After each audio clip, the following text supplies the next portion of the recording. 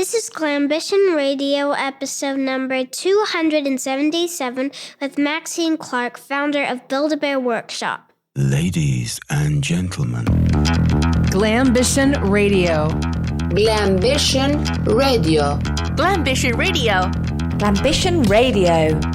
Glambition Radio. Glambition Radio. Welcome to Glambition Radio. I am your host, Allie Brown. I'm an entrepreneur, mentor, investor, and founder of The Trust, the modern premier network for 7- and 8-figure women leaders. I love thinking big, doing different, and exploring ideas that disrupt the status quo, especially when it comes to women, because we are creating the new models for leadership, business success, making money, and changing the world. And hey, we're doing it with style. So let's go. Hi, this is Madison Brown Flanagan. My mom has a cough, so I'm doing the introduction today for our show. I'm especially excited for this guest, Maxine Clark, founder of BuildABear Workshop. I've been a customer myself along with my twin brother Jordan. Today there are over 350 BuildABear Workshop stores worldwide, and over 200 million stuffed animals have been created and sold. BuildABear has been a household name for 25 years, and I'm excited to hear Maxine's story on Glambition Radio. Also, have you signed up yet to learn more about my mom's new workshop coming up in April? Go to creativestrategyworkshop.us. Now let's enjoy this fantastic conversation with Maxine Clark. Maxine, I'd like to know where you are right now. I'm in St. Louis, Missouri, in the city of St. Louis at our new offices in the Del Mar Divine, which is a new development I've been working on for 6 years to bring a lot of nonprofits and people who support nonprofits, agencies that support them together in one location so we can solve problems faster. Yeah, this is so fascinating. I have to admit, I've been to Build-A-Bear a few times with my kids. Perfect I have 8-year-old age. twins. They're 8 now. And yeah, we're in the thick of it. And I, of course, everyone knows the brand. Most parents have been through there. And then sometimes we love it. And sometimes we're cursing you for adding all the accessories. Sorry. Do we need? Yes, of course. Now it needs a jacket. Now it needs this. They loved it though. And I honestly had never thought who invented this. I don't know. I just never really thought about it. And then suddenly this all clicked when I realized it was you, and then how much else you'd done besides this. So there's so many places I want to go in your story, but do you mind if we start going way back? I was listening to an interview that you did, or a speaking engagement on stage, and you said something that really stuck with me. You said you were not only encouraged that you could be anything you wanted to be, you could be everything. Yes, that's exactly true. I grew up in a time when women were mostly teachers, nurses, social workers, or secretaries, and that just seemed really limiting to me. And I wanted to, I have a tremendous curiosity. And fortunately, by the time I got to college and to work world, it was a changing environment. And so I could be everything and anything that I wanted to be. And I've been filling that up pretty much. I have a lot of interests. And so that leads me to be on boards of public and private companies, on boards of nonprofits.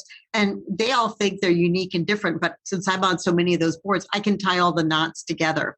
I can untie the knots and actually make it a smooth connection instead of seeming like it's so different because we're just better than they are, or they don't know what they're doing kind of thing. But they're all connected, and it's what makes us the country that we are. And in our case, in the community of St. Louis, the community that we still can be. I love that. So tell me about your career before Build-A-Bear. I only know you from Build-A-Bear. Right. I understand you had a very robust corporate career. Yes, I was very lucky. Luck is part of it. You have to have the talent, but I was actually brought to certain places by chance in the right way. And I say that to all the young people that I talk about. It's not always the destination. It really is the journey. And when I was right out of college, I went to law school. I moved to Washington, D.C. to go to law school. And I had to go to work in order to pay for law school. So I got a job at the Heck Company in Washington, D.C., which was a department store in the executive training program. And very early in my career in that program, my boss got sick. And he knew I was going to law school, but they didn't know that. So they said, are you sure you can travel? Can you go to New York? Can you go to this program in Italy? Can you do this or that? And of course, my eyes are, popping out of my head. Wow. Yes, I can do all that. But I had to take a leave of absence from law school, which I'm on today as well. Because I had no idea, like most of us growing up, we don't know what those jobs are like that we see in a department store or in a radio station or anywhere. We don't know. That's part of growing up and learning what you want to be when you grow up.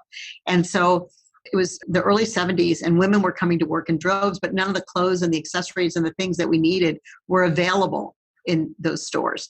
And so my boss was gone for just a long enough time for me to actually turn the business around. And I was able to really bring in a lot of new products that I wanted and women my age wanted. And we were very successful. So as soon as he came back, and he did get his bonus, and he shared some of that bonus with me as well, they promoted me right away. And actually a few months later, not very long after that, I moved to St. Louis to work in the corporate headquarters of the May department stores, who owned the head company in Washington, D.C. Oh my gosh. They got wind of my talents, which were very innate just as a consumer. I wanted everything and could afford nothing. But I knew it. I absolutely knew what I wanted. And I wasn't very different from any of the other young women coming into the marketplace at that time, whether we needed it for our apartment or for our work clothes. We all had a lot of stuff that we wanted. And that's the case of most young people out of college going to work. Give me some examples back then. I'm thinking back early 70s. Okay. Are we talking like the floppy ties? Pantyhose was just coming into being. Pantyhose, right? Women used to wear stockings and garters, and that was terrible. And so the woman that was running the hosiery department, she thought, this is a good example. You had to put your hand into the hosiery to see how sheer it would be. And you couldn't do that with pantyhose. And I said, are you kidding? This is like the greatest invention ever.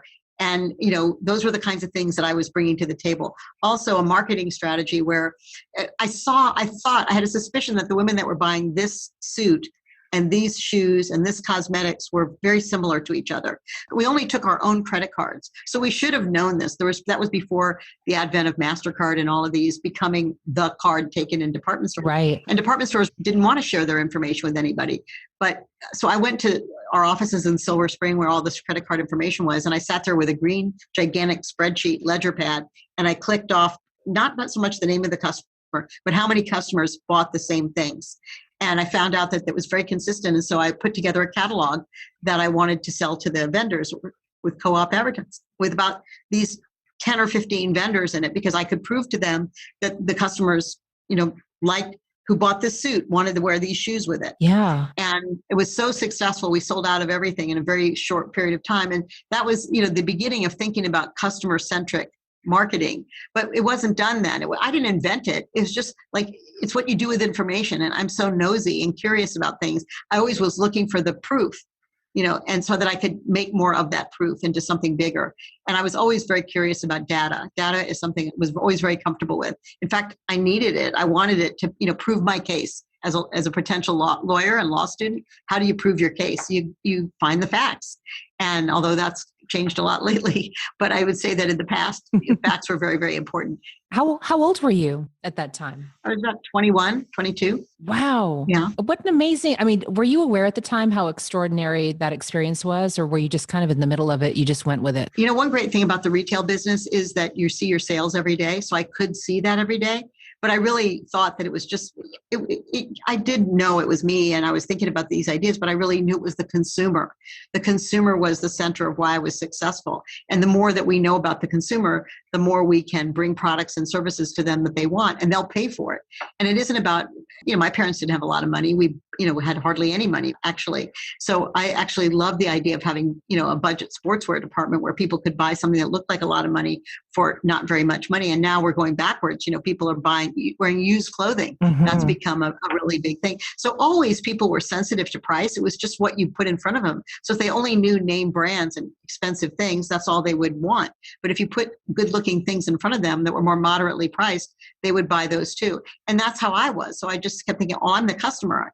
I would say that I'm different than that today. I'm a different customer, but my head is still 21 years old. I'm still thinking about all those things that young people want. And I'm staying up to date on what all those things are. So when we created BuildABear, I actually worked for the May company for a long time, and eventually becoming the president of Payless Shoe Source, which they owned at the time. And of course, I love shoes. I'm 4'10", so the only thing I could ever buy that I could wear immediately was a pair of size 6 shoes. So I love shoes, and I had a lot of shoes. So when I got to this job, which I had in my corporate job in the May company, I had been on the acquisition team that decided to acquire Payless for the May company. So when I got to the presidency about 10 years later, I really loved it. It was like my family business. And I also realized when you get to the top of a big company like that, a $2.5 billion company, you can only change so much. And I realized that the customer was changing. Internet was coming on board, and the May company was not one of those 21st century companies. Our CEO only wanted internet to be internal. Like, he was afraid of, I don't know, trade secrets going out or whatever. And I said, this can't be. So when the May company spun off Payless, I got the opportunity to decide to leave, take my money and run, so to speak. And I decided to do that. That was 1996. And I started BuildABear in 1997. Wow. So I didn't know exactly what I was going to do when I left. I knew I was going to do something. And I thought I would do something for children because when I was a little girl and went shopping with my mother, shopping was so magical, or so it seemed. Is that the way little kids look at a store or not? I don't know. But I knew that lots of things had changed to make shopping not so much fun for parents, and certainly not for children. And I would go to the mall and see like Limited 2, and they had their stores for children at the time, and seeing how cute, I thought all those things were really cute. And then later, what a joy it was to see kids in our mall walking in with a Limited 2 bag and a BuildABear box. Mm-hmm. It was like the perfect, we really knew our customer. And the average customer was a 10-year-old girl, basically, at the time. And I would tell you that I got the idea from BuildABear when one day I picked up my best friend's kids after school when I was during this period, leaving Payless before starting BuildABear.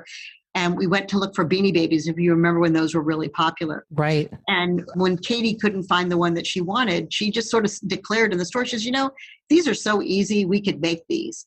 Well, she meant go home and do a craft project, but I heard something bigger. And 9 months later, the first BuildABear store opened in the St. Louis Galleria in St. Louis. What dots connected in your head at that moment? What was the convergence? I'm picturing this little storm in your head, right? Of like flashes of light. Yeah, I had a Willy Wonka moment in my brain. And I saw it when she said she went and go home and do a craft project. But I had been to factories that made stuffed animals. And I remember the machine, how they stuffed them with a pipe, exactly like you see it at BuildABear. That's how they do it in the factories in China. And I had been buying and merchandising toys, shoes, you name it, over the years. And it just clicked. I could see this Willy Wonka experience in the mall, like a Disney-esque experience. And I went to work I called this woman that worked with me, Adrienne Weiss, who worked with me on branding during my different jobs in the May company. And she said, I think it's a brilliant idea. Let us help you think it through. And I still have those original sketches that she did. And the store is pretty close to that. And then the name for the company, I was working with a company that we used for marketing in Topeka, Kansas for Payless. And I told her, gave her some work, and she went out to her panels, and they came back with the best name was BuildABear Workshop, and we could protect it because it was, you can't really build a bear. So it's whimsical. Mm-hmm. And, some people said, do you only make bears? But most people knew right away that the teddy bear was the quintessential stuffed animal, and that they could see for themselves that we had many other animals to choose from. Yeah. So I always, my friends' kids always told me a lot of stuff they didn't tell their parents, and I observed them. And Katie and Jack both had their own teddy bears, and I had mine when I was a little girl, and I know how important my teddy bear was to me. So it made perfect sense to me, and I knew that parents would get it because they could do it with their kids, but they also had a teddy bear, maybe only one when they were a little kid, but now they could do this with their kids. And it was really an instant success. I really nailed it. Not because I was so smart, but I was pretty smart. I said, I listened to my customer. And I've been doing that since my very first job at the May company and Heck company in Washington, D.C. Yeah. We're listening to Katie and Jack and their friends. And our original board of directors were children, ages about 6 to 16. And they helped us. Every Saturday we would meet, and we would show them the animals, and they would say, we like this, we don't like that, that's the wrong color. They gave us a lot of feedback. And their parents, if I asked their parents, they would have said, oh, this will never work. Why should anybody make their own stuffed animal when they could buy it off a shelf? Mm-hmm. But every single child we asked knew exactly what we were doing, got it, wanted us to make a fish, a seal, a porpoise, a million different animals that I had never thought of. And I don't think we've made all of them yet. We still have a long list to go, even though this year will be our 25th anniversary, and we've sold over 200 million stuffed animals. Wow. Now, at that time, I want all of you listening to flash back. Okay, this is the 90s, perfect height of mall culture, or the last hurrah, probably, right? And when you look back to that time, Maxine, was there any other, I would call this kind of experiential retail? Was there anything else like that out there in any category? No, not that I can think of. Apple didn't start till 2007. Yeah. And some people tried to copy us. There was a store, you made your own cosmetics, little cosmetics that came after us. And I actually advised her. And I thought it was a good thing. But I think the one magic that we had is you can hug your teddy bear or your, reindeer or your bunny rabbit. You can't hug your cosmetic bottle. We did work with another company in coming up with an idea for boys that was around cars. It was called Ride Makers. And it wasn't making plush cars, it was making plastic model cars like boys like to make. But again, boys don't come to the mall with their mothers, generally speaking, and their father doesn't like to come to the mall. So it wasn't a successful mall concept. We did have a couple of tourist locations that were very successful. So really, the teddy bear and Build-A-Bear, we worked really hard to make our business as we put every good idea. And this is one of those points of advice I would give is I put every idea that I had into that first Build-A-Bear store. So if it was going to be successful, it was going to have everything in it that I could possibly put. And then if it wasn't, then I could go back and say, okay, I got to go find this or that. But I wasn't going to leave anything out. And that really worked for the customer. We opened up on a Sunday night for a private party. And the next morning, I went there to open the door, and there was a line of people waiting with their children. They had kept their children out of school to come to Build-A-Bear. They had passed by it so many times and seen the grand opening sign. I had no idea that was going to happen. I thought, we had some time to kind of make up this, get the store a little different, do some things we wanted to do. And there were so many customers waiting for us. The other thing was opened in October of 1996. So just a few weeks till Christmas.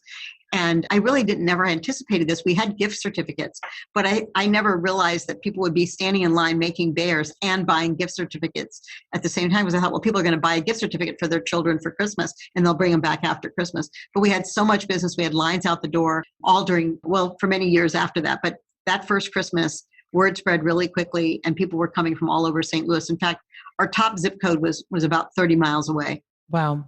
Now, challenges in scaling, anything along the way that you're like, we've got to adjust this idea, or what worked here, we have to change now as we expand? Well, the good news was we learned a lot in our first few months of business because we had so much business.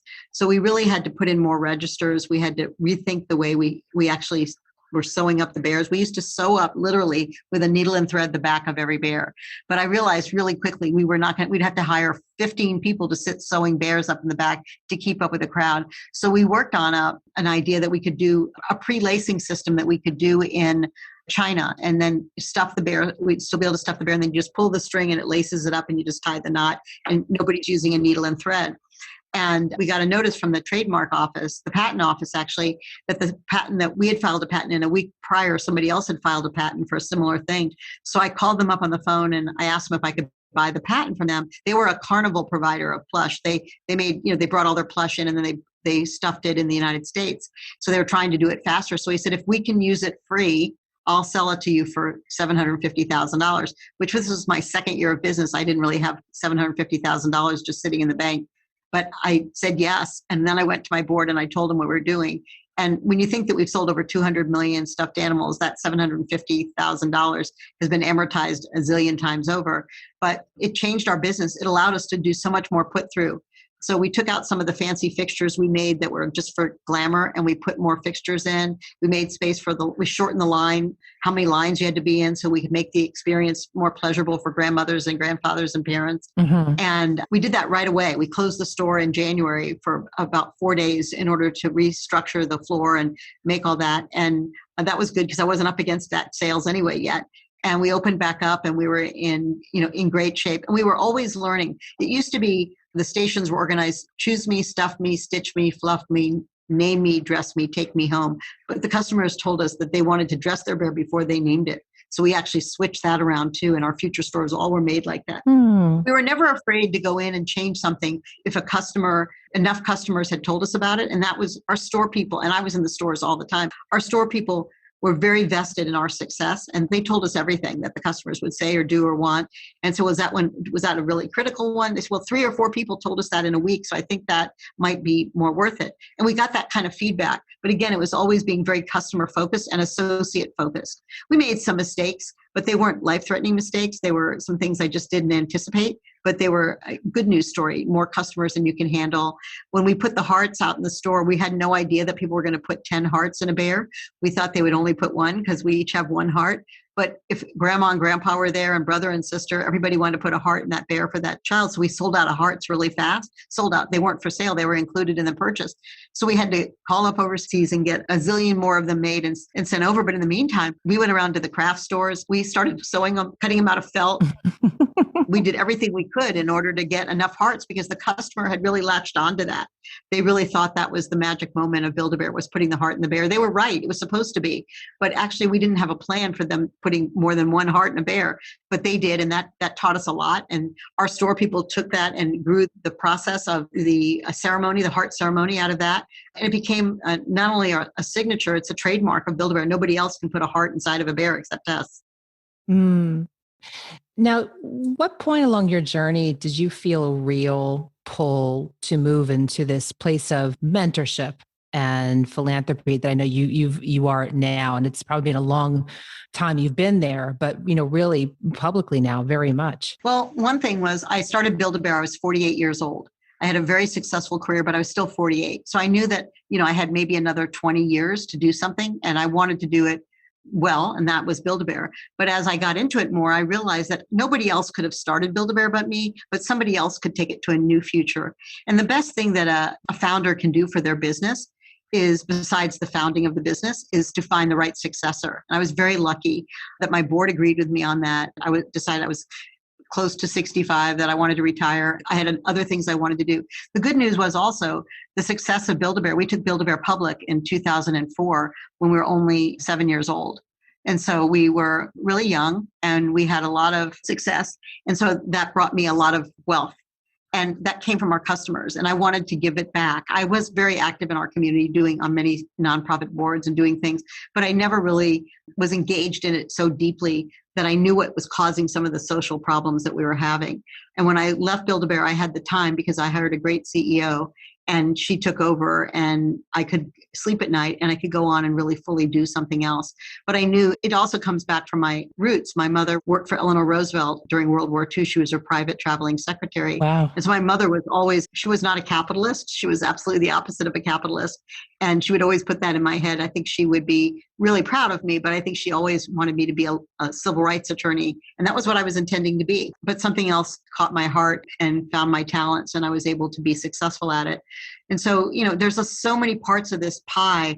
It's starting the business. I knew how to do that because I'd worked for a big multi-billion-dollar company, and I knew how to start companies. I knew how to partner. I knew how to manufacture things. I knew how to where the best real estate in America was. Every single mall in America, I knew where those were. I could write a really good business plan, and I could raise the money. And we raised quite a bit of money to grow our company.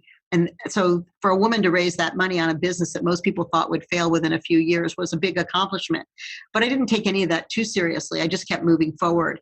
And I knew that same talent could be applied to the community space. And so that's what I've been doing since 2014, pretty much, working of building the community. And in 2014 in St. Louis, Michael Brown was shot and killed. And it changed a lot of things for St. Louis. And that really made me think totally differently about inclusion and the children in our community that really weren't getting all of the things that my friends' children were getting. And how could I bring that to them? And so using my product marketing skills, we invented some things here at our family foundation that allowed kids all over St. Louis to have access to all of the information for the best summer camps, the after-school programs, the college programs. We made a platform for it, but we didn't just leave it there and say, oh, come find it. We went and marketed it in the right community so that all those families who never had access could have access. And access is one of our biggest challenges, whether it's access to the voting booth or access to the knowledge or access to the banking or access to the right neighborhood to live in. All of these things come down to that. And there is a way to put us all on the right track, but it's just going to take a lot of us to do it. It's not even about the money. It's really about just connecting, putting the same information that we have in one zip code in St. Louis in front of the people that might live in another. It's not like you have to invent it. We didn't invent one new summer camp. We just put all that information out there. And then we provided some funding for people to get scholarships to go to those camps because you have children. So this is not a cheap endeavor.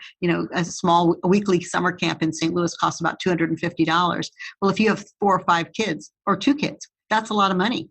for 1 week of summer when there's 10 weeks to go, so how do you make these things more accessible and available and affordable? And so we're looking. Can I press pause right there? Because Sure. That's really important.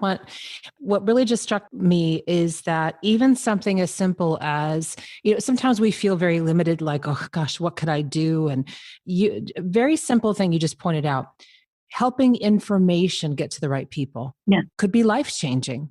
Helping the right information that they may not be getting for their families, but you are in your neighborhood. Right. That could change someone's life. And then the next level, how can we help more? Let's create some scholarships, crowdfunding, a campaign around now helping more people access the same types of services. Right. And a lot of these camps and programs already had financial resources, but they were giving them to people who really weren't as desperate for them as others. They were just who was first come, first serve. Mm-hmm. So we tried to put some equity around that too. And everybody appreciated that. It was really a big opportunity for us to broaden the horizon of all of our children and make for a better future for our community, because it's our children that are the future. And we can't fix what's going on today so much, but we should make sure that we're not making more of it behind the scenes. And that's one of the challenges. And then COVID comes along and makes havoc on everything and everyone. Doesn't matter what socioeconomic class you're in, everybody was impacted, though those that were in the poorest communities have suffered the most, and those children are the farthest behind. So I spent this morning working on that. Through our family foundation, we get a lot of exposure to many, many nonprofits that are doing good work. How do we scale the ones that are doing really good work up faster? Like you would think about a business. Mm-hmm. What can we do to what kind of tools do they need to be more successful? Sometimes it's technology, sometimes it's money, sometimes it's people. And right now, all of those are in short. The money's not as in much short supply as the people and the talent are. Where do you find them? How do you encourage them to come to work in your organization? How do you pay enough to compete with business when you're really running a pretty big operation that's having life impact on children?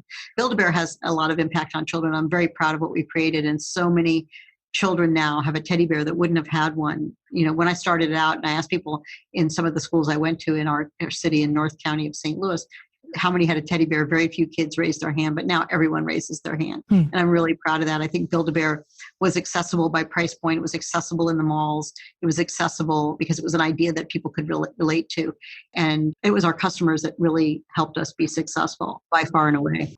Tell us about Del Mar Divine and how this came about, because it's a project, it's a building, it's a mission. It seems to be a lot of things. Yeah, it is really a lot of things. Well, thank you for asking about it, because I've been working on it for 6 years. Build-A-Bear took 9 months. This has taken 6 years. So it can tell you how complex, when you want to do good, how hard it is sometimes to do that. But basically, when I retired from my job at Build-A-Bear and I was working in the community, I was going all over the place. And so many people, I was in one meeting with an organization that was serving women that come out of prison. And we were sitting in the conference room, and they had pails all around the room catching the rain that was coming in. Why should anybody live like this? Well, our landlord gave us the space for free, and I can't really bug him about it. I said, this was sort of the beginning of the idea. We have to bring these people together. Number one, so that we don't have to travel all over town to do it. But number two, so they can work in a place that gives them the resources that they need, whether it's the research resource, the Wi-Fi, a clean and modern space, all those things. So I started looking, and it was really sort of just an afterthought for me. And one day I was working at our local school that we had, a KIPP school here that I was the board chair of. And I decided to take a right turn instead of a left turn. And I came around the corner and I saw them putting this sign for sale in this big, gigantic former hospital building. And I said, oh my gosh, what are they going to do with this building? We just opened this school. This is going to be an eyesore in this place forever. And I called a few people, said, why don't you open up? We have a big co-working for-profit location here in St. Louis. Why don't you open Cortex West here? I'm too busy. Why don't you do it? And like everything else in my life, why don't I do it? I said, yeah, why don't I do it? I thought it would be easier, to be honest with you. But it was very complicated because it was a historic property, a hospital that was almost 500,000 square feet, so half a mall. And it was old. The first buildings had been built in 1904, and the last buildings had been built in 1965. So they were all kind of, patched together. And it was a hospital. So there was 2 morgues in it. Their hospital rooms were really tiny. It was a big undertaking, but it would mean a lot to this neighborhood if we could preserve it and renovate it and preserve it. So I went about doing that. And then, of course, 3 years into it, we hit COVID. And that didn't put anything forward. That slowed some things down, certainly made things a lot more expensive. But we just moved our tenants in December, started to move them in December. And we are almost half of them are all in and operating. The rest are moving in the next few months. And we're beginning to collaborate together. We've been trying to do that remotely for a while, but now we're doing it in person, starting to do it back in person. Hopefully we can keep that going. And we're really making a difference. So a third of our tenants are education, a third are healthcare and mental health care, and a third are community development. We have about 38 office tenants. Part of our complex is also a co-working space, which will open later, more of a co-working plug-and-play space.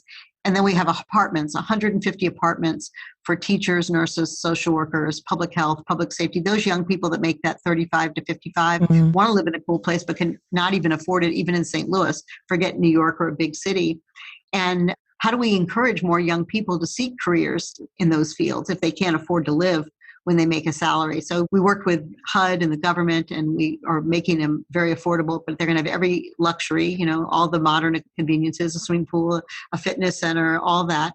And then we also have a small retail component where we brought things down to this neighborhood, part of the neighborhood that weren't here before: a bank, a pharmacy, a private pharmacy, that's hard to start in today's world with the big competition, but this one's going to be very, very cool. We're going to have an Edward Jones office. Edward Jones is headquartered here in St. Louis, but they really think this was their market until they really dug into the data and found out that they had a lot of customers in this zip code. But we're also, besides us opening up, there's 2 other apartment complexes opening up this year, and that'll bring a lot more potential. So we were the first. We bought this land in 2015, but since then, there's been a whole bunch of development going on around us, and it just takes one. I mean, I think that I've learned that more than one time in my life, just one person saying yes. And, it's better that you don't know what you're getting into, because you probably wouldn't do it if you did. So you just keep plugging along and trying to use your business mind in a social system, which is not always the fastest way to go, even though we want it to go fast. But I'm actually blessed that it took me as long as it did, because I was able to make connections and with the neighborhood, with the people that live here, with their families. They know I'm not here to make a profit. I don't make a profit at all. In fact, I put a significant amount of capital into this, but that I really want to leave a legacy and really help them, use business tactics to solve social problems. I think it's doable, but not necessarily from the United States government saying, let's just fix this and do it this way. I think we haven't shown enough initiative in our social services to really make them cost effective, and they definitely can be. And so that's why we keep, anytime money is given out from the government, everybody's happy about it, but it's never enough, and it never will be enough. How do you become more self-sufficient and using more of the tactics of business to scale? And that's what we're doing. So true. I think we're entering a time where the entrepreneurs are going to be saving the world in many ways. I think you're right. There's so many systems are breaking down. We've been talking about this a lot on the show, that the outdated models, we're trying to still operate within them, and they're no longer working. And, an example I give just on a personal level is I now homeschool my kids. Wow. And I don't say it's easy, but it's amazing. And it's led to this whole conversation of like, what is education supposed to be anyway? And what will the future of education be? And maybe more entrepreneurs will be creating new schools. And, it's an easy category to talk about. And then there's all these other areas that if you're listening right now and being inspired by this, I really want you to think about, now or in the near future, entrepreneurs are going to be so needed as the world is being reinvented. And that when I discovered this whole side of you, Maxine, I hadn't even really known about, it was so appealing to me in how you have and will continue to just leave a big footprint of your time here and the people you've influenced in so many ways. Yeah, I hope that's true. Do you take it in, or is it kind of like, or do you really take that in? No, I do take it in, and I really am proud of what I've accomplished personally. But again, it takes a village to raise a bear, and it takes a village to raise a community. And so I'm lucky that I have that skill set to bring people together to solve a problem. I don't have all the answers, and I certainly don't have all the skills necessary, but technology can help with a lot of. Most people think, well, it must cost us millions of dollars to set up this platform. It doesn't. It just takes, what is it that you want? What is it that you need? And talking to the right people, and you can get it done. And if you have a plan, you can get people to help you do it. But people just have an idea. They have a big heart. They want to go, fix this or fix that. Education. I was educated in the public education system all the way through college. I went to the University of Georgia. Go Dogs tonight. It's a big game. And hopefully by the time this show airs, we'll have an answer to that problem. But I got a great education. And I think that it's wonderful that you can homeschool your children, but many mothers can't do that. They don't have the skill set. They don't have the knowledge. So our public school system needs us to make it better. And we have just what you said right here in our building on our floor. We're sharing the floor with an organization called the Opportunity Trust. And they invest in entrepreneurs in education. And so they have, I think, Brilliant. 12 entrepreneurs in residence that are working on from businesses to support education to new school formats and innovation. Oh, I love it. Really investing in that. And so many of them are young women who know what's needed. And mothers go to the market every day and buy stuff. And they say, why don't they have this? And why don't they have that? And why doesn't somebody invent it? Yep. And they're the ones that should invent it because they know what's missing. Yep. And I really hope that more women are encouraged to, it doesn't have to be $1 billion business. You don't have to, everything doesn't have to be $1 billion or multi-billion. It can be a few $100 million, or it can be smaller than that and make you a very successful person.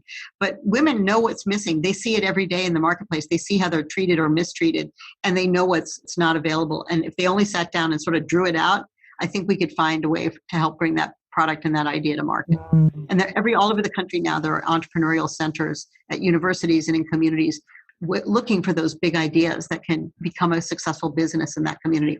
And success is various levels of financial wherewithal. But most people think, it's only going to be it won't be that big. It'll be this small. You don't know. I had no idea how big BuildABear was going to be. I knew it was going to be a successful company, but I hadn't thought about how big it could be, how many stores we would actually have. I had a plan, but it was just a dream. Yeah. And you have to take a step at a time and live that dream out.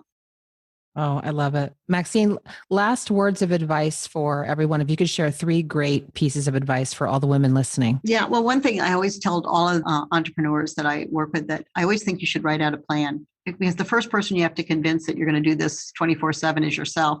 And if you can't convince yourself, then you can't convince the banker. And I know that a lot of people today, a plan is a PowerPoint. I don't mean that. I mean a real as detailed as you can get it. You won't be 100% on the money, but we wrote a 10-year plan. Now people write a 3-year plan if they're lucky. And we actually, I had a plan for my 100th store to be at Roosevelt Mall, and because that was where Teddy Roosevelt, and he basically was the inspiration for the teddy bear. And that was our 100th store, was at Roosevelt Mall in Long Island. And we had Teddy Roosevelt impersonator come to the store. It was a great opening. And so when you have a plan, you can live to it. You might not make all of those goals, but you won't make any of them if you don't have one. That's one thing. And the other is that I always say this to everyone, if you can live your imagination, your life will be a dream come true. And I have far outlived my, imagination. And every day I work with young people so I can fill that up a little bit more.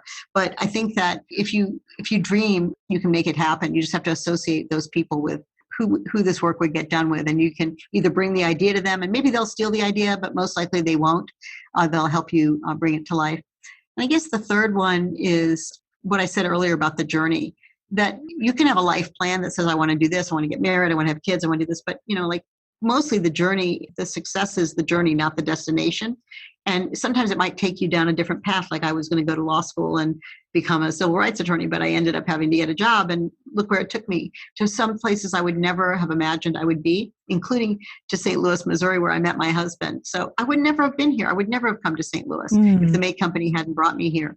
And I was free enough that I could go. I said, sure, I'll do it. And I thought, a couple of years I'll be here, and look where it landed me. Oh. And I met my knight in shining armor. So I think that, you can't have on the one hand, you have to have a plan. On the other hand, you want to go with it and take risks. And I think a lot of times women are more fearful of risk taking than we should be, because it might land you in it backwards, but I think it more than likely is going to land you forwards. And you're going to go someplace and do something you would never have anticipated, and you're going to be better for it. And almost every female entrepreneur and male entrepreneur that I know, we can talk about these things, and we all have sort of similar stories of how we got it. Wasn't a straight path. It wasn't a path that set us backwards. It was a path that always took us forwards, but maybe not in the exact direction we thought. We're a little bit left, a little bit right, a little bit straight ahead. But going with the flow allows you to become a much more flexible leader and more resilient, especially in times of crisis like we've just lived through, or are living through, I should say. Yeah. Maxine, this was fantastic. Thank you so much. Where can people follow you? Are you online much or busy doing work? I am.